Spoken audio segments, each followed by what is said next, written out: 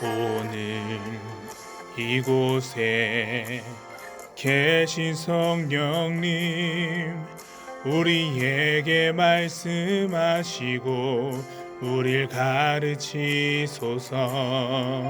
닫힌 우리 맘 열어주시고 주의 빛으로 밝혀 우릴 인도하소서. 주님보다 앞서지 않고 겸손하게 주님의 말씀 기다리니 주님 손에 우리 드립니다. 사랑으로 인도하소서. 내가 하나님 여호와께서 하신 말씀을 들으리니 무릇 그의 백성 그의 성도들에게 화평을 말씀하실 것이라. 그들은 다시 어리석은 대로 돌아가지 말지로다. 진실로 그의 구원이 그를 경외하는 자에게 가까우니 영광이 우리 땅에 머무르리이다. 인애와 진리가 같이 만나고 의와 화평이 서로 입맞추었으며 진리는 땅에서 솟아나고 의는 하늘에서 굽어보는도다. 여호와께서 좋은 것을 주시리니 우리 땅이 그 산물을 내리로다. 의가 주의 앞에 앞서가며 주의 길을 닦으리로다. 하나님은 영이시니 예배하는 자가 영과 진리로 예배하일지니라. 아멘. 한 주간의 우리의 삶을 뒤돌아보며 하나님께 참회의 기도를 드리겠습니다.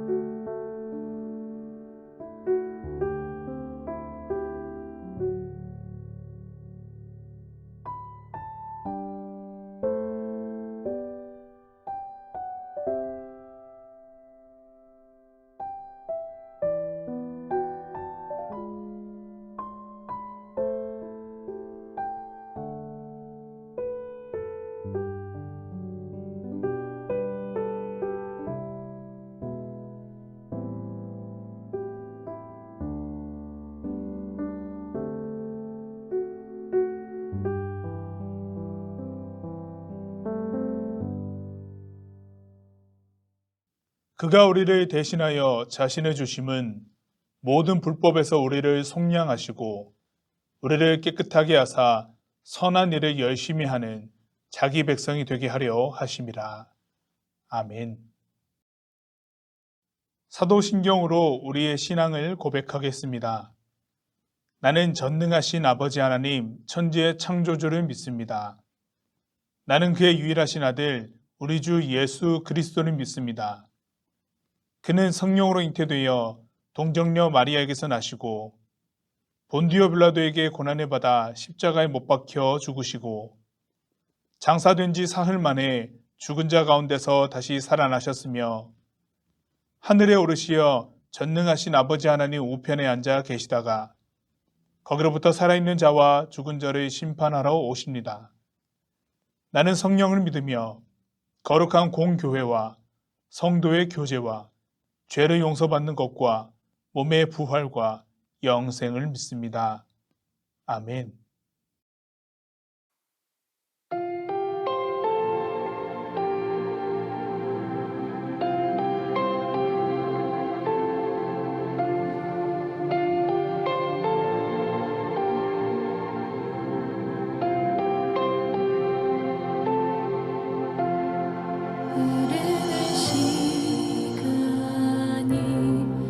한숨만 남기고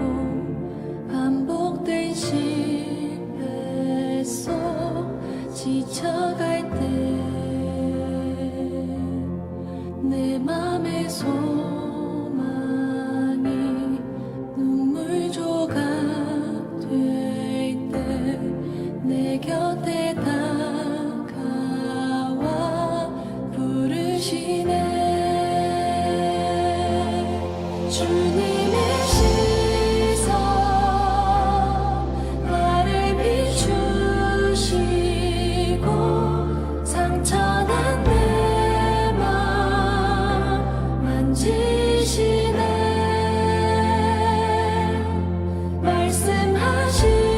말씀하시고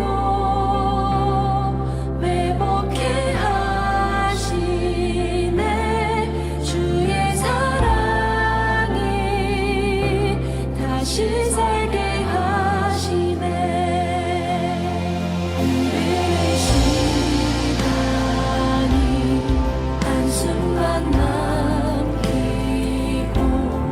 반복된 실패 속 지쳐갈 때 내 맘의 소망이 눈물 조각 될 때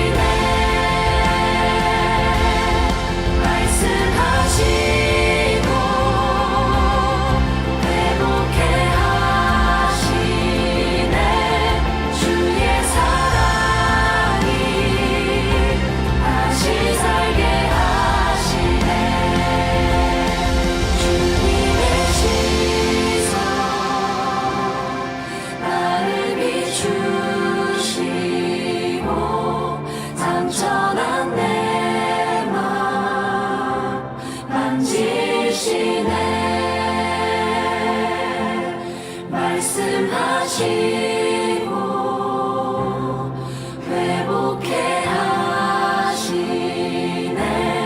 주의 사랑이 다시 살게 하시네.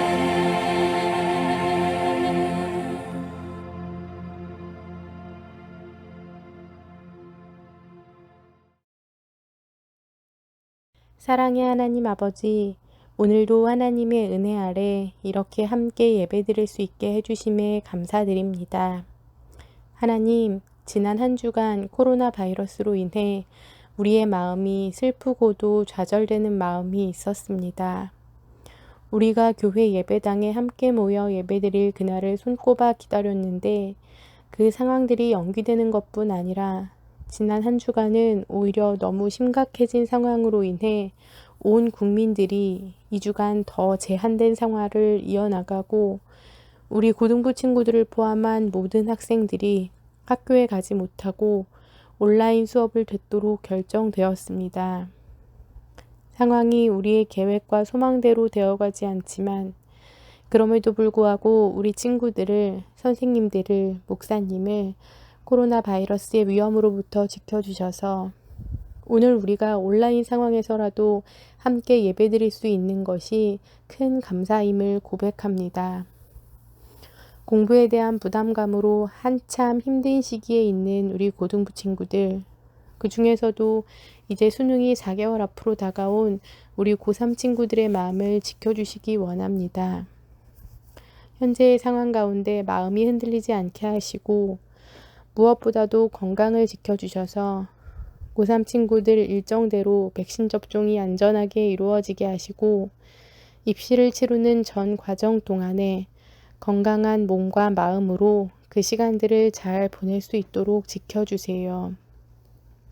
현재 우리가 함께 모여 예배드리지 못하는 상황이지만 다음 주부터 2주간 온라인으로 고등부 여름 수련회를 계획하고 있습니다. 우리가 어디에 있든지 동일하게 함께 하실 수 있는 하나님께서 온라인상으로 만나고 참여하는 수련회 가운데서도 동일한 은혜를 부어주실 줄을 믿습니다. 우리의 마음이 열려서 그 온라인 수련회 가운데에서도 나를 만나주시고 함께 하실 하나님을 소망하게 하시고 기대하는 마음으로 참여할 수 있도록 우리의 마음을 준비시켜 주세요.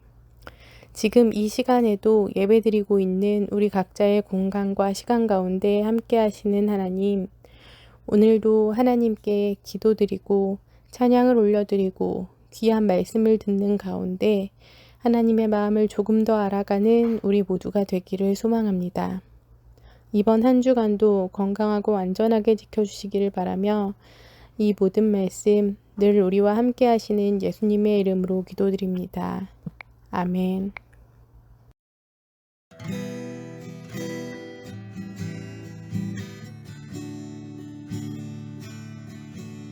전국의 소망 품은 당신은 주님 앞에선 바로 당신은 그의 편지로 이 땅에 보내신 주의 손과 발 작은 예수, 우리의 손은 예수님의 손, 우리의 얼굴 바로 주님 얼굴, 우리의 소유 모두 주님의 것, 이웃을 위해 맡기셨네. 사랑이신 하나님, 날마다 우리를 사랑의 눈으로 지켜보시고 하나님의 말씀 안에서 살도록 성령께서 도우심을 느낍니다. 하루를 시작하고 마무리할 때 오늘을 살게 하신 하나님께 감사드리며 나의 삶이 하나님께 속해 있음을 다시 한번 고백합니다. 오늘 또 하루를 살아갑니다. 이 주일 예배하며 하나님을 영화롭게 하고 삶을 내어드리며 신앙의 고백을 드립니다. 고등부의 이름으로 함께 모여 하나님께 봉헌하는 이 시간, 참여하는 모든 이들의 삶의 반향과 성장을 도우시고 인도하여 주십시오. 때마다 돕는 은혜를 더하여 주시고 어디서든 하나님을 찾고 사고하게 하시고 앞날을 준비하도록 이끌어 주십시오. 오직 복의 근원이 되시는 예수님의 이름으로 기도드립니다. 아멘. 교회 소식 전하겠습니다. 사회적 거리두기가 여러분 또 연장되었습니다. 그리고 7월 25일까지 교회학교는 비대면입니다. 교회학교뿐만 아니라 이 온 교회가 비대면 예배를 드리게 되었는데요. 코로나 확진세가 너무나도 급격하게 상승하고 있죠. 여러분들 꼭 개인 방역에 철저히 해주시고 감염되지 않도록 여러분들 스스로를 잘 지켜주시길 부탁드립니다. 변동되는 사항이 있으면 언제든지 바로 공지해 드리도록 하겠습니다. 계속해서 여러분들에게 알려드렸던 것처럼 다음 주부터는 이제 여름 수련회로 2주간 여러분들을 만나게 되는데요. 물론 비대면이고 줌에서 만나게 될 겁니다. 중고등부가 연합하여서 줌에서 여름 수련회를 진행할 겁니다. 18일, 25일 주일인데요. 시간은 우리 예배 시간과 동일합니다. 9시에 시작을 해서 10시 20분까지 진행을 하게 될 겁니다. 아파하는 세상 복음으로 답하라 라는 주제로 여러분들과 함께 은혜의 시간들을 가지고자 하는데요. 특별히 이번에는 2가지 이벤트를 함께 진행합니다. 한 가지는 9시까지 줌에 들어와 주시는 우리 분들에게 얼리버드 예배자라고 하는 상품을 지급합니다. 그리고 예배 후에 2부 활동이 줌에서 있는데요. 그 소그룹 활동까지 하게 되면 추가로 여러분들에게 상품을 드리도록 하겠습니다. 그래서 줌으로 우리가 진행하는 여름 수련회 때 여러분들 다소 이제 게을러질 수도 있는 순간일 수 있는데 그것을 여러분들이 스스로가 좀 결정을 하시고 9시 전에 줌에 접속해서 여름 수련회 준비해 주시고 그리고 활동까지 하면서 조금 더 깊이 있는 말씀에 대한 내용들을 여러분들과 함께 나누고자 합니다. 꼭 여러분들 마음 써주시고 그리고 스스로 결정하시고 여름 수련회에 잘 임해 주시기를 부탁드립니다. 7월 12일 이후에 약속되어 있던 해피밀 데이트는 이제 8월로 연기를 좀 하도록 하겠습니다. 지금 코로나 확진세가 너무 심하기 때문에 현 상황에서 외부에서 여러분들 만나는 것은 서로가 너무 부담일 수 있을 것 같아서 오늘 만나기로 한 친구들은 만나고요. 7월 12일부터는 이제 8월 달에 시간들을 좀 보도록 하겠습니다. 여러분들 그 기간 동안 아직까지 신청을 안 해준 친구들 여러분 신청을 좀 해주시고 함께 만났으면 좋겠습니다. 나눔의 선교 여러분들 제가 계속 이제 말씀드렸는데 코로나이기 때문에 우리가 해외로 나가거나 하는 것은 힘들고 그러나 여전히 어려운 분들은 많기 때문에 우리가 물질적인 후원을 좀 하자라고 해서 교회적으로 나눔의 선교를 하고 있습니다.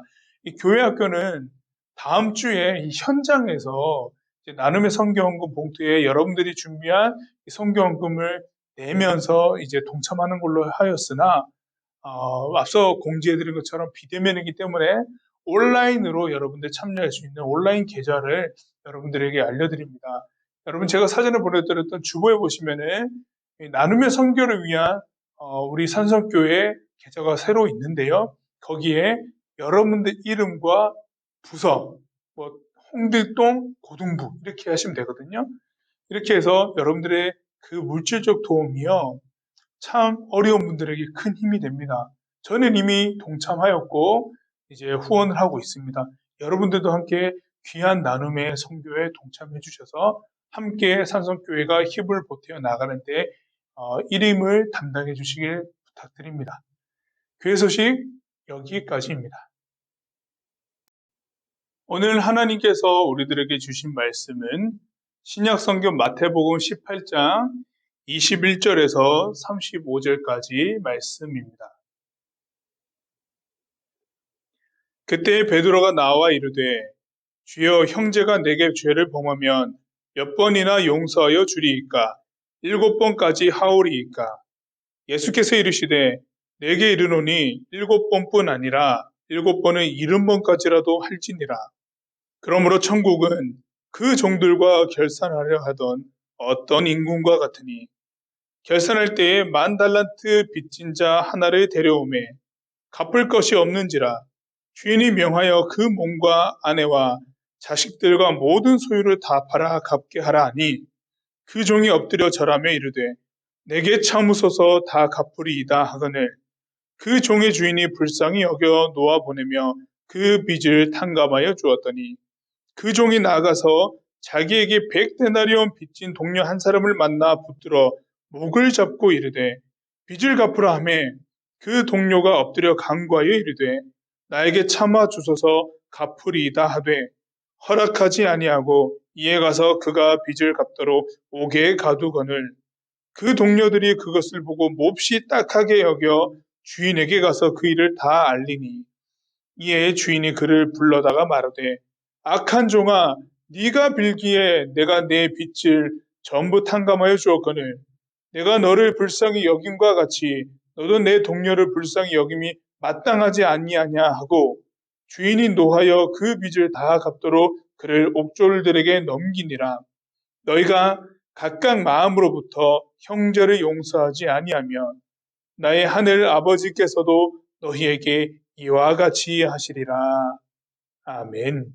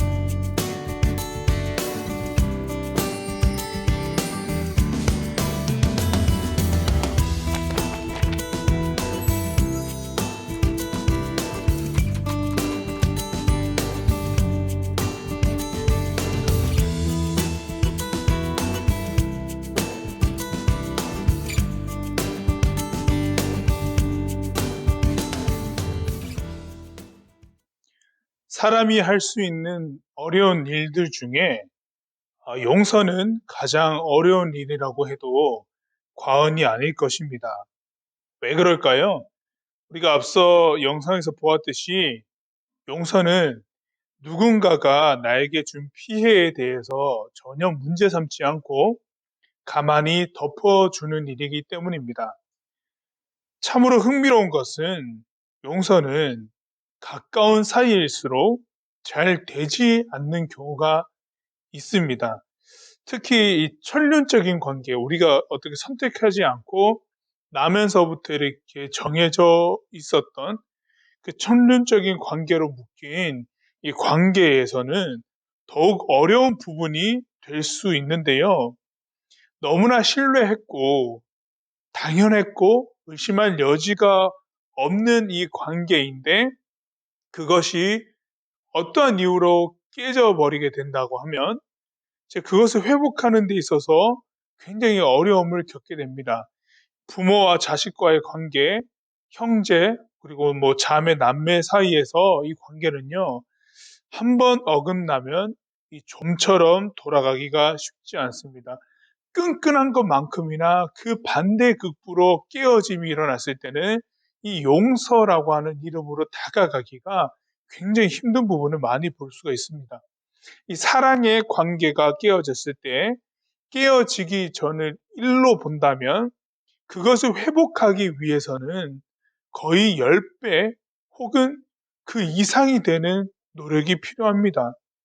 깨어진 관계를 회복하기 위해서는요, 엄청난 노력이 때론 나의 자존심까지 다 내려놓고 이제 그 다 버려가면서 완전히 끌어안고 품지 않는 이상 이제 엄청나게 어려운 일이 될 것이죠.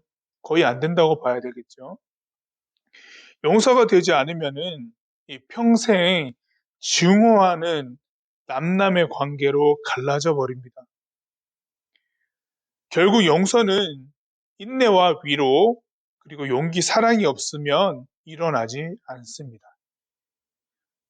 뭐 그냥 무시하고 살면 되지라고 뭐 여길 수 있겠지만은 이 가슴 한켠에 켜켜이 묵혀 있는 이 가족이라고 하는 이 그리움은요 없어지는 것이 아니에요. 응어리가 쌓인다는 거죠. 뭐 가족에 대한 용서뿐만 아니고 이 타인에 대한 경우도 마찬가지입니다. 타인이기 때문에 용서의 당위성이 조금은 가족보다는 떨어질 수는 있어요. 뭐 남이니까 안 보면 그만이니까라고 생각할 수도 있겠지만은 결국에는 이 용서하지 못하는 것은 타인이라 할지라도 나에게 이제 삶의 팍팍함이라고 하는 것, 그리고 메말라 버린 인간성으로 결국 돌아오기 때문에 그렇게 살다 보면은 아무도 나를 찾아주지 않는 고독한 사람이 될 수도 있습니다. 그래서 용서는 굉장히 우리가 살아가면서 중요한 사람과 사람이 살아가는 데 있어서 굉장히 중요한 요소다라고 하는 건데요. 오늘은 예수님의 비유 두 번째 시간입니다. 이 용서에 대하여 말씀하시면서 천국이 어떠한 곳인지 보여주고 있는데요. 예수님의 제자 베드로가 물었습니다.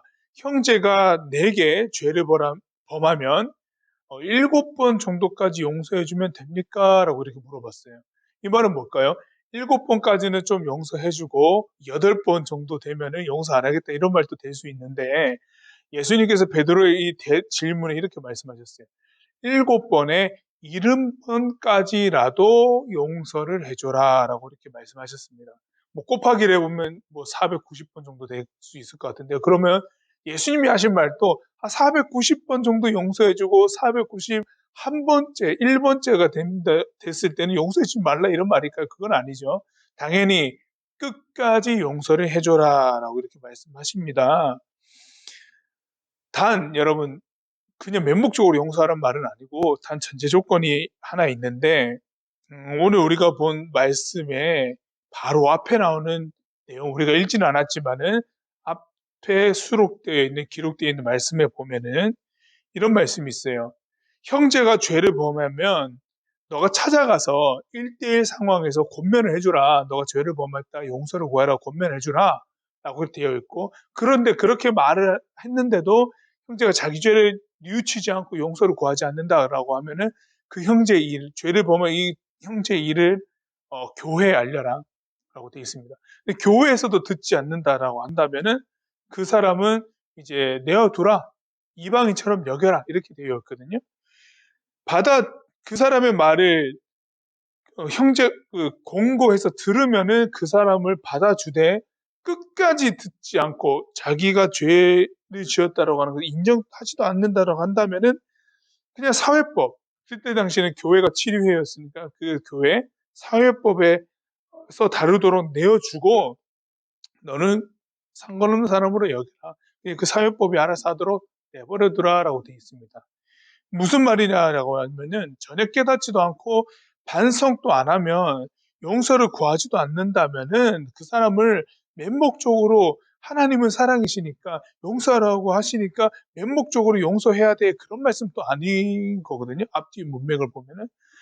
하지만 그 사람이 용서를 구한다고 한다면 그 사람이 계속 반복적으로 죄를 저질렀어요. 나에게 실수를 보면서 잘못을 했어.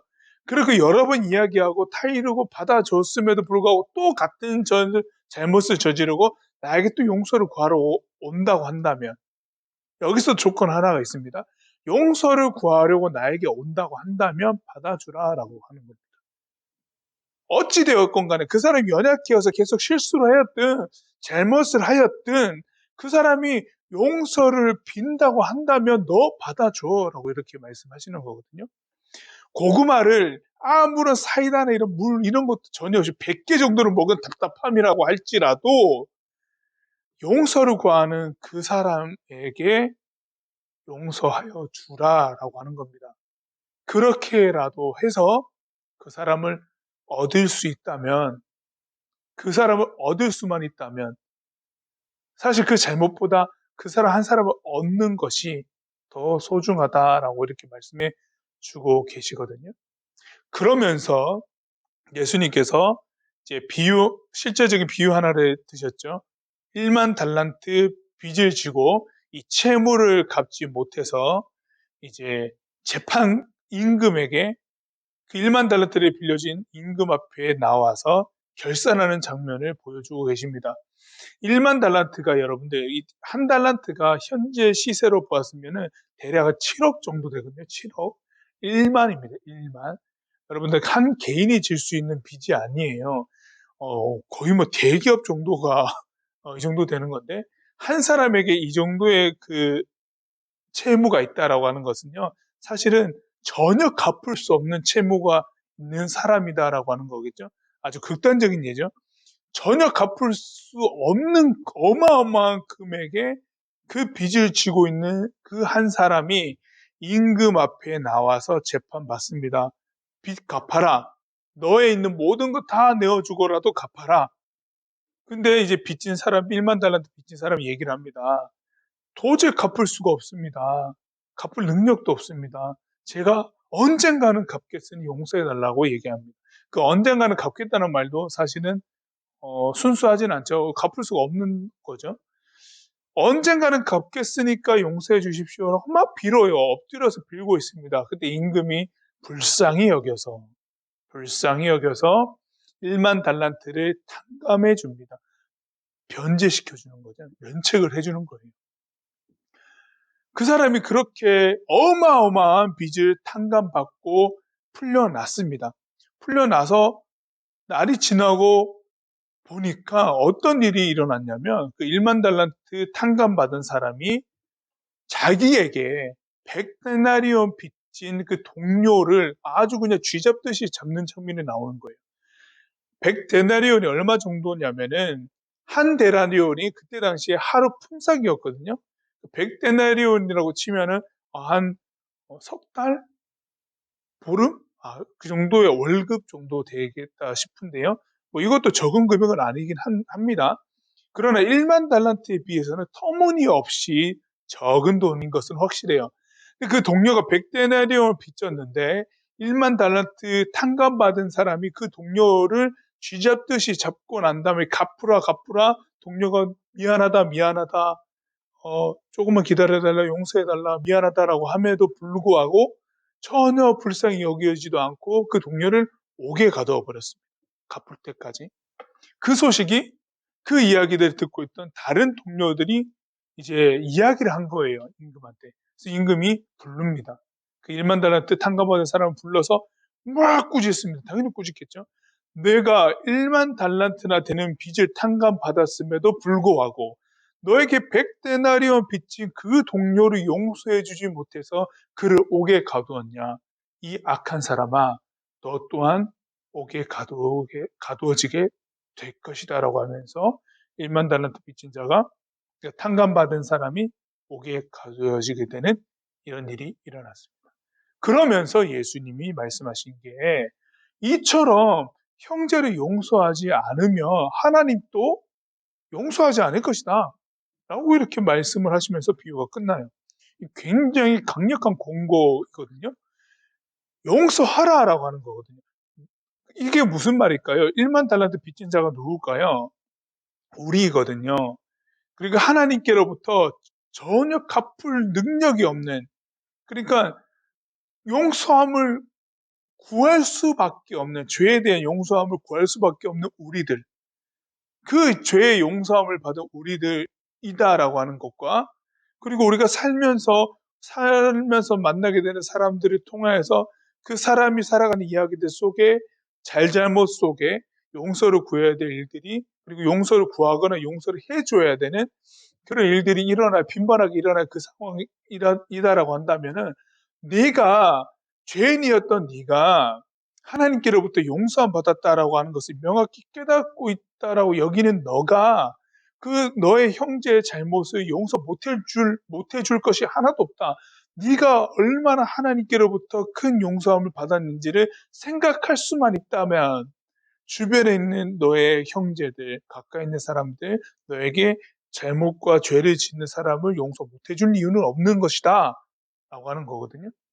그런 당위성이 우리들에게 놓여져 있다라고 하는 거예요.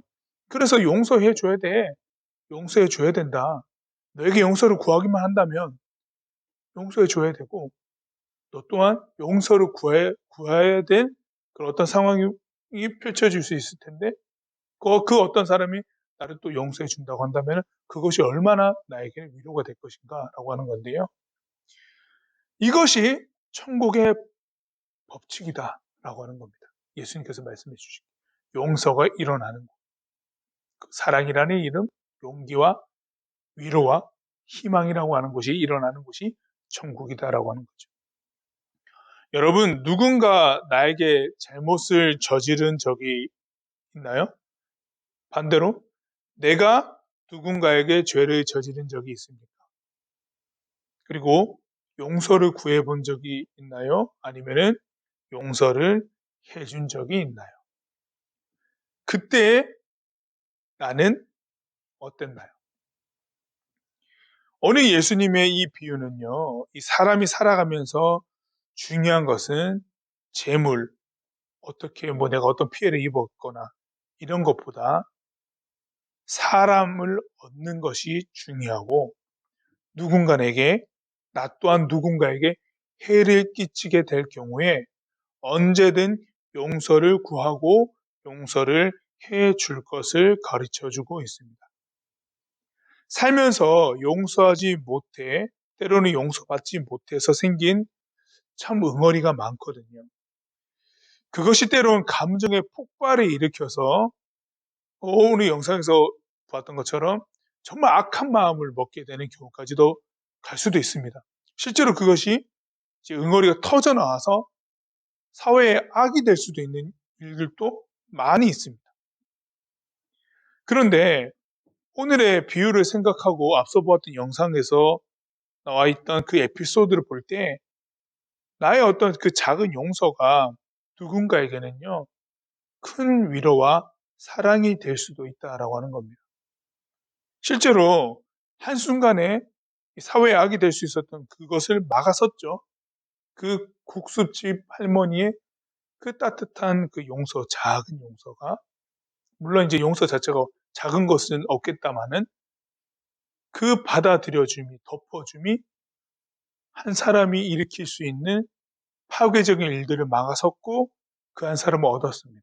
그리고 그 사람을 다시 바른 생활의 길로 인도해 주었고 다시 살아갈 힘을 주었어요. 이러한 것이 용서를 통해서 일어날 수 있다라고 하는 겁니다. 그것이 우리 그리스도인으로부터 일어나야 될 아주 명확한 모습들이다라고 하는 거죠. 그리스도인은 이 많은 사람과 잇대어 살아가는 이 사회의 빛입니다. 우리가 사랑의 빛을 밝히지 않는다면 어두워진 곳이 어떻게 빛을 볼 수 있을까요? 누구나 다 빛을 비춰야 될 그 명확한 순간에 자신의 이익만 생각하고 있다고 한다면 그 어느 곳이 빛을 밝혀낼 수 있는 곳이 될 수 있을까요? 하나님의 말씀을 알고 있고 우리를 빛이라 부르시는 그 하나님의 말씀 안에서 살아내는 우리가 이 사회의 어두운 곳을 밝혀낼 수 있는 빛으로서의 명확한 역할이 우리들에게 주어져 있는 것이거든요. 그래서 나와 하나님과의 개인적 관계에서만 머무를 것이 아니라 나와 잇대어 있는 사회가 어떻게 하나님의 말씀 안에서 밝아질 것인가도 생각해 봐야 돼요. 그렇기 때문에 그런 맥락 안에서 나의 어떤 그 작은 그 손 내밀어 줌, 그 용서함이라고 하는 것이 어두워진 곳을 밝혀낼 수도 있다라고 하는 것을 생각해 보아야 합니다. 오늘 말씀에서처럼 용서해 가며 살아가는 우리가 되길 소망합니다. 그리고 그 삶은 바로 오늘 말씀에서 이야기하고 있듯이 그 삶이 바로 천국의 삶을 맛보는 삶이 될 겁니다. 용서하라고 말씀하시는 오늘 예수님의 이 비유의 이 내용을 여러분들 기억하고 나아갔으면 좋겠습니다. 용서하는 일이 참 많아졌으면 좋겠습니다. 기도하겠습니다. 용서하라 하셨습니다. 그 사람을 덮어주라 하셨습니다. 참으로 어려우나 큰 힘이 드나 인내가 필요하고 용기가 필요하나 결국 우리가 한 걸음 내딛어서 나아갈 하나님의 말씀, 그리스도인의 참 모습임을 생각합니다.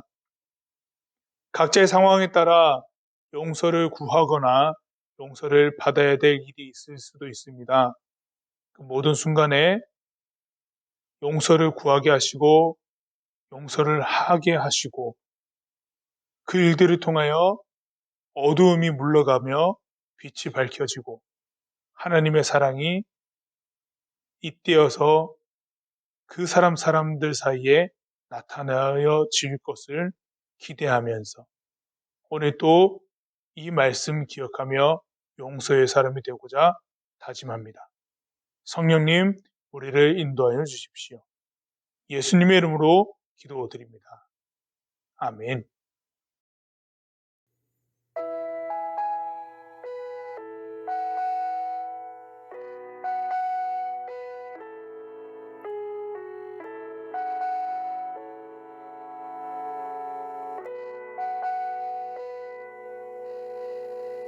은혜로 날 보듬으시고 사랑으로 품어주셔도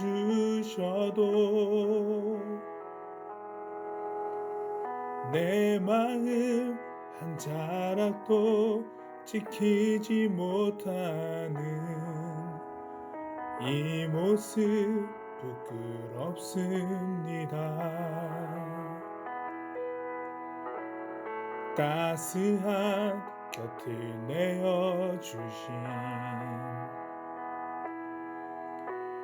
주님 앞에 나아갑니다. 표현 못할 그 율로 나를 붙드시는 주 이름만 바라봅니다. 매일 마주한 슬픔을 견뎌나가며 주 예수의 마음을 닮아가네. 두려운 걸음마다 주가 동행하니 주 의지하며 오늘을 건네. 주의 신실한 소망을 깊이 담으며 주 예수의 풍요를 채워가네. 하나님의 자녀로 영에 지켜가며 깊어진 삶을 주께 드리네.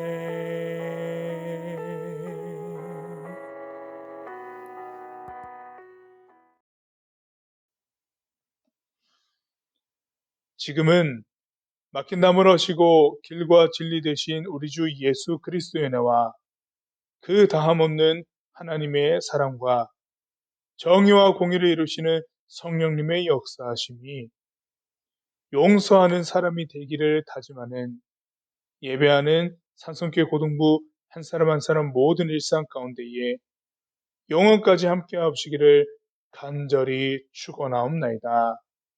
아멘.